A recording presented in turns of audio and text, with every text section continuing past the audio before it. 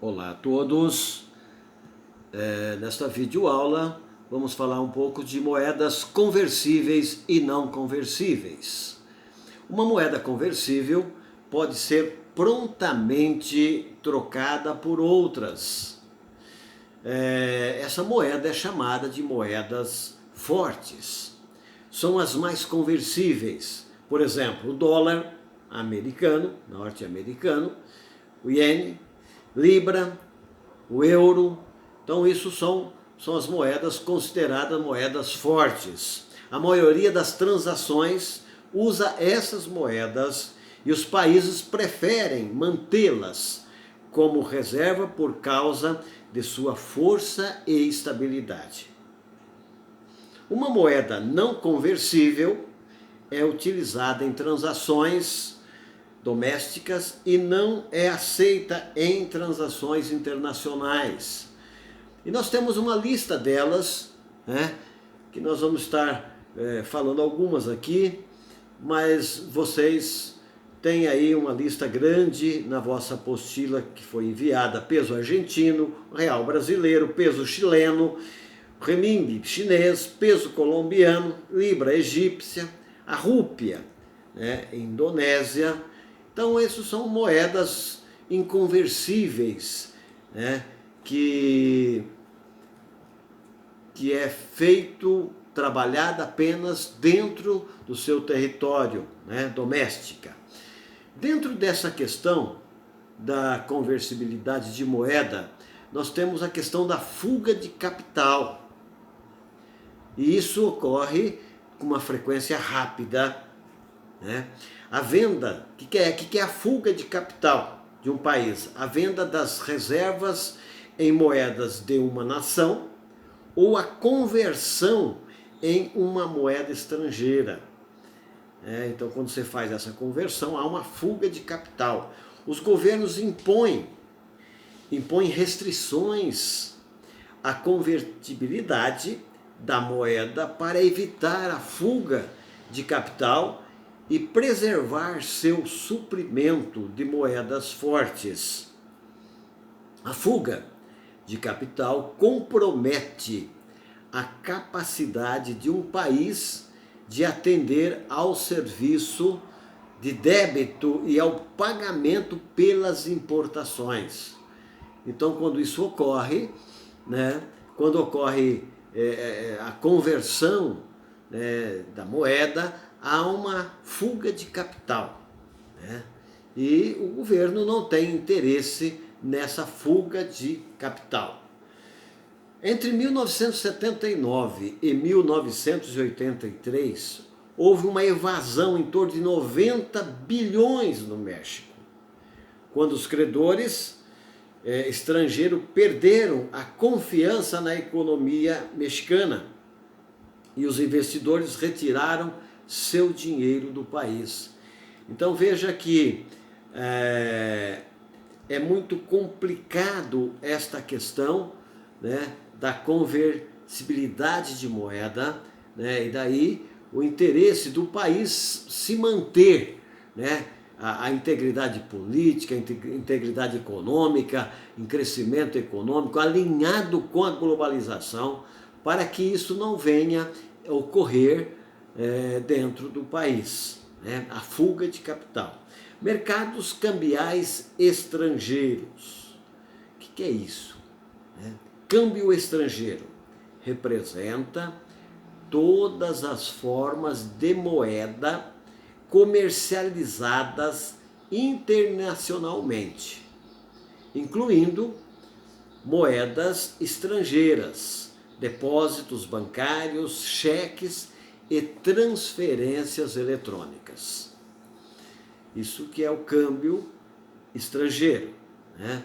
Mercados cambiais estrangeiro, mercado global, para compra e venda de moedas nacionais. As taxas de câmbio flutuam constantemente. Por exemplo, a taxa de câmbio iene, dólar, né? Vamos pegar aqui por base a informação do nosso autor, bem lá atrás, mas serve para nós de base hoje, não é diferente hoje, né? 1985, por exemplo, 240 ienes para um dólar norte-americano, né? 1988, 125 ienes para um dólar norte-americano. Então houve aqui, né, nesse período aqui, que serve de base para nós, né, aproximadamente 50% de depreciação da moeda do dólar, né? No caso aqui, em 88, apenas 125 ienes compravam dólar, né?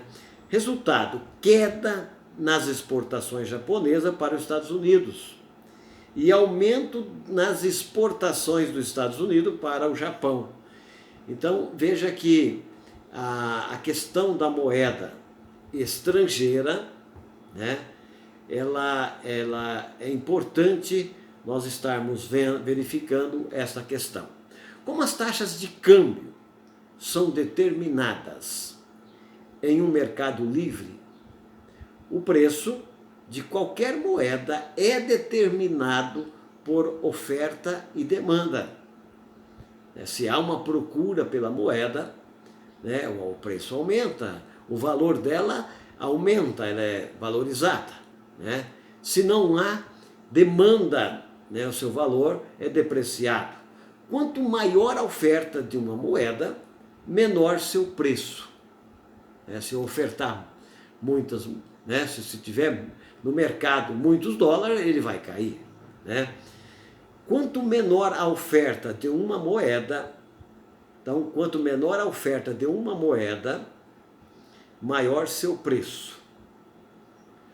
Quanto maior a demanda por uma moeda, maior seu preço.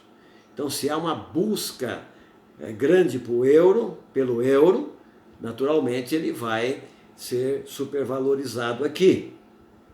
Quanto menor a demanda por uma moeda, então quanto menor a demanda por uma moeda, menor seu preço no mercado. Isso é o que determina, né? A gente está citando aqui alguns exemplos para entender apreciação e depreciação. Exemplo, apreciação do euro. Se a taxa de câmbio euro-dólar vai de 1 euro, né, 1,25 para 1 euro, 1,50, o euro se torna caro para o norte-americano, né? Isso é uma apreciação do euro, tá? Depreciação do euro. Nós falamos da apreciação, agora da depreciação do euro. Se a taxa de câmbio euro-dólar vai de 1 euro igual a 1,25 dólar para 1 euro igual a 1 dólar, então o euro se torna barato para os norte-americanos. Então esta conta é uma conta que precisa ser feita quanto à depreciação e apreciação de moedas. É simples, depende da demanda, depende da oferta. É sempre assim, né, o mercado, né? Fatores que influenciam a oferta e a demanda de uma moeda. Crescimento econômico. Se você está num país onde o crescimento econômico é grande, né, então isso vai ter uma influência muito grande na oferta e na demanda de uma moeda. Taxas de juros e inflação. É por isso que não é interessante um país com inflação alta, com taxas de juros enormes. Psicologia de mercado, né? Veja, quando a gente traz aqui a questão da psicologia de mercado, veja bem, o nosso mercado como está, né? Está bem cotado, está num clima organizacional alto, né? Então isso é importante para a psicologia de mercado. E ação governamental.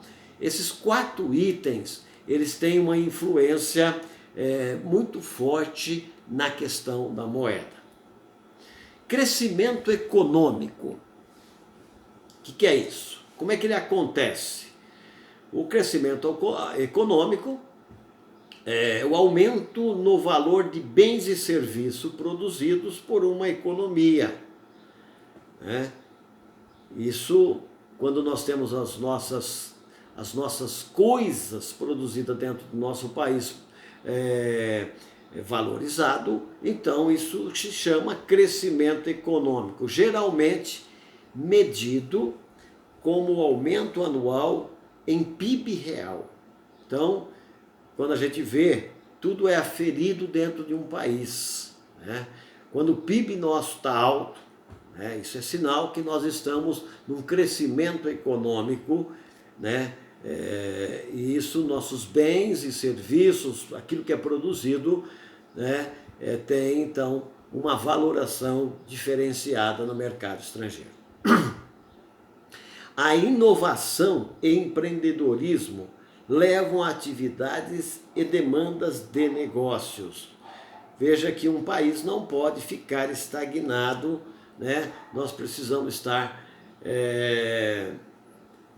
inovando, trazendo aquilo que o cliente quer, que o mercado precisa, né? Vamos falar um pouquinho de taxas de juros e inflação, né? Inflação representa um aumento no preço de bens e serviços, né? Esse aumento ele é terrível. Veja que o nosso país já foi assolado com inflação de quase 80%, em torno de 80% ao mês. Nós tivemos uns períodos realmente caóticos dentro do nosso país, experimentamos essa questão. Então, quando a inflação está estacionada, ela fica mais fácil para todos, né? Ninguém quer a inflação. Veja, reduz o poder de compra da moeda atingida, né? As taxas de juros e a inflação são positivamente relacionadas, ou seja, inflação alta é igual a altas taxas de juros, né? Inflação alta é igual a altas taxas de juros, pois os investidores esperam um retorno que excede o índice de inflação, né? Então, se eu tenho uma inflação super alta dentro do nosso país, aquele que está investindo aqui, né? Então, o retorno dele ele é altamente mensurado e isso não é interessante. Onde as taxas de juros ou inflação estão subindo, o valor da moeda geral ela cai. Então, veja que não é interessante essa questão. Deixei para vocês alguns gráficos que vai estar mostrando, elucidando esta questão com vocês. Nós mencionamos lá também a questão da psicologia de mercado. E o autor ele traz com muita propriedade essa questão, efeito manada. Tendência dos investidores de imitar as ações dos outros. Então, veja que o investidor, ele fica vendo o que está acontecendo, ele trabalha com cenários mundiais, com outros investidores, e isso pode ocorrer, né, esse efeito manada. O que é efeito manada?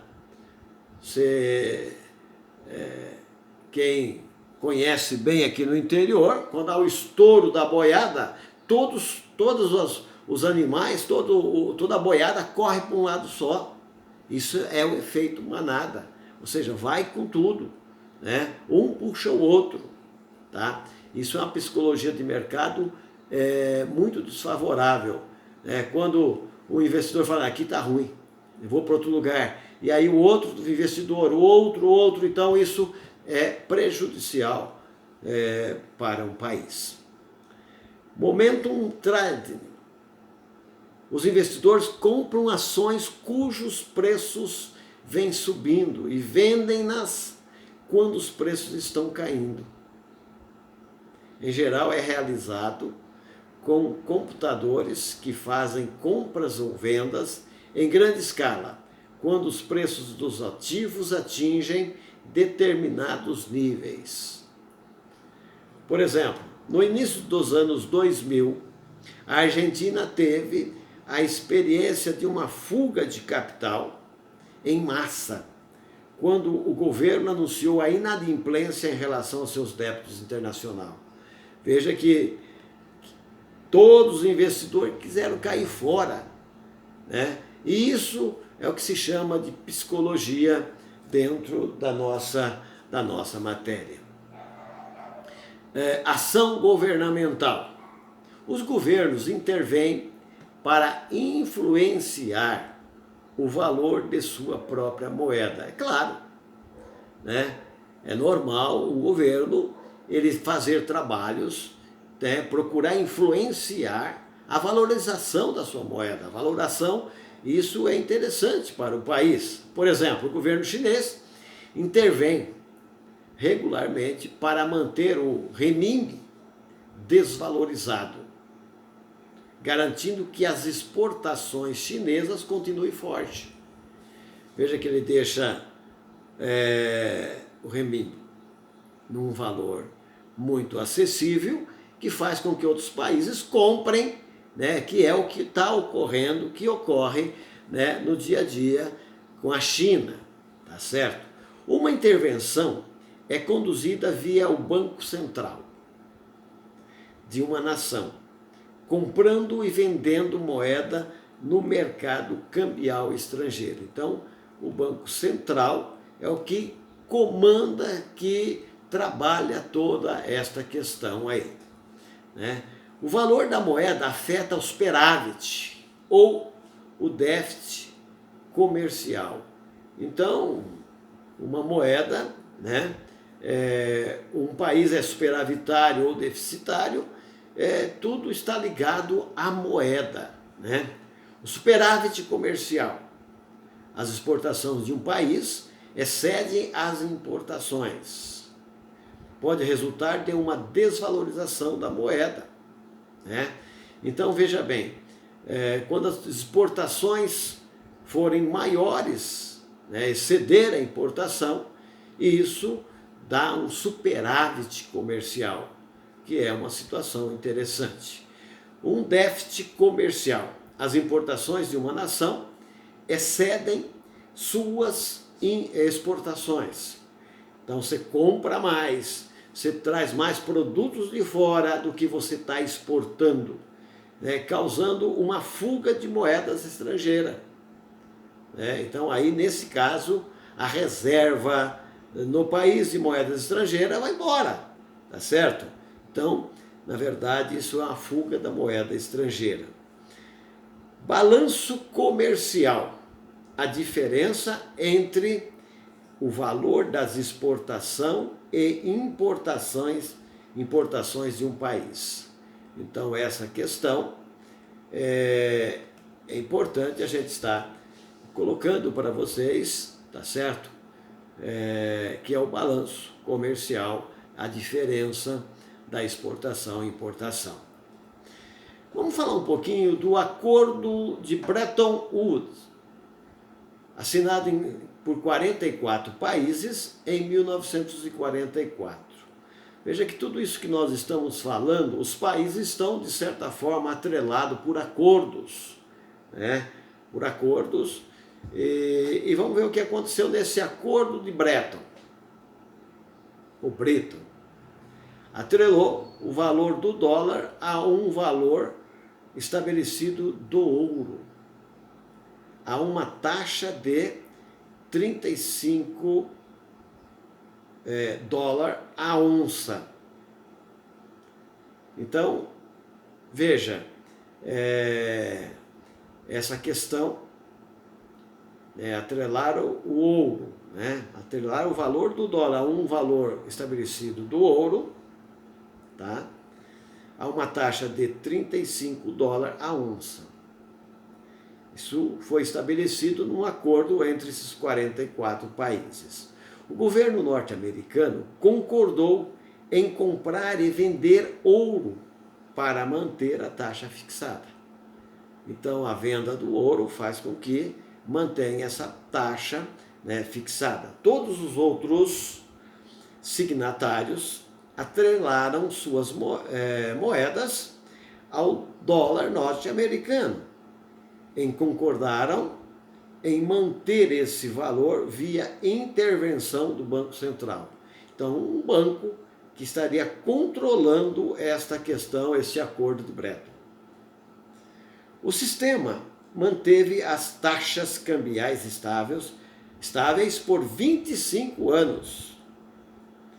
E isso, né, foi rompido no início dos anos 70, esse acordo Bretton. Né, instituiu o legado de o que ele trouxe, o que ele deixou, qual o legado desse acordo.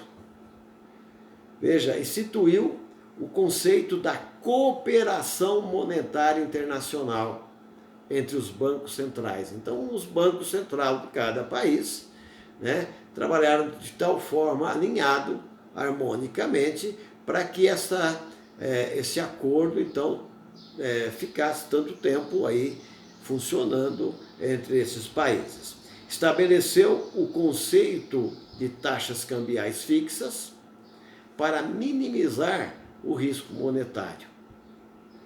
Criou o Fundo Monetário Internacional, que é aqui que surge o FMI e o Banco Mundial, agências que têm como objetivo estabilizar as moedas e reduzir a pobreza global.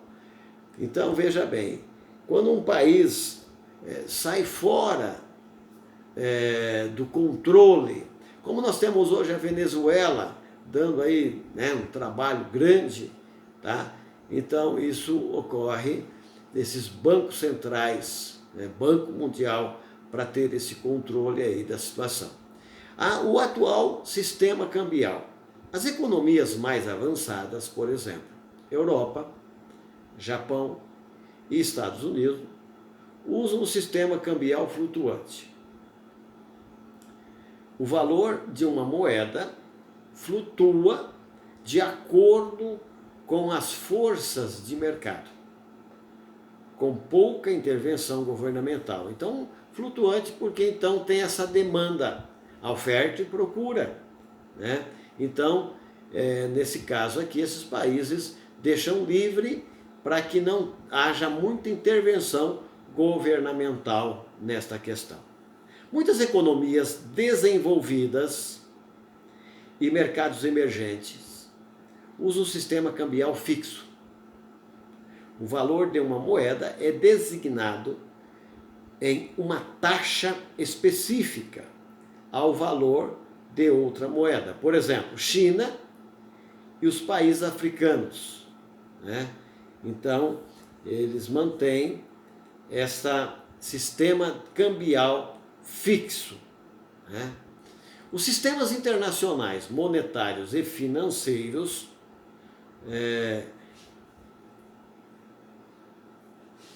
nós vamos comentar um pouquinho. Diz o seguinte: sistema monetário internacional refere-se à estrutura, regras e procedimentos institucionais pelos quais uma moeda nacional é trocada por outra. Então veja que isso não é feito à revelia, né? Essa troca não é de qualquer jeito, né? Então existem aí as regras, os procedimentos institucionais para que isso possa ser feito, né? Para que essa troca possa ocorrer dentro do sistema financeiro internacional. Sistema financeiro global, né? Nós falamos do sistema monetário internacional, que se refere à estrutura, né, procedimentos e regras. E agora nós falamos do sistema financeiro global, que é a coleção de instituições financeiras que facilitam e regulam os fluxos de investimentos e fundos de capitais pelo mundo, né, incorporando os sistemas bancários nacionais e internacionais. O mercado de títulos estrangeiros, os mercados de ações nacionais e o mercado de depósito bancário, denominados em moedas estrangeiras. Tornou-se enorme desde o ano de 1990, por exemplo, 15% dos fundos dos Estados Unidos são investidos no exterior. Então, veja que esse percentual passa a ser investido no exterior. Vamos falar um pouquinho agora de globalização das finanças. Qual que são as vantagens disso? Você está por esses bancos mundiais que fazem esse controle. Quais são as vantagens? Reduz o custo do capital para as empresas, mais alternativas de financiamento para as empresas, mais oportunidades de investimento para as pessoas, mais oportunidades de financiamento para mercados emergentes e economia em desenvolvimento. Veja, então, participar desses acordos, participar dessas é favorável no sentido da negociação estrangeira do mercado exterior. Tendências facilitadoras, desregulamentação monetária e financeira ao redor do mundo. Então, uma vez que tem alguém que controla isso, né, então isso se torna um facilitador, né, na hora de nós trabalharmos o mercado exterior. Novas tecnologias e a internet, né, vamos dar isso na mão. Papel crescente de um único sistema monetário. Então, veja bem, por exemplo, aqui nós temos o euro, um papel crescente desde a sua criação até os dias de hoje. Riscos da globalização das finanças. Contágio.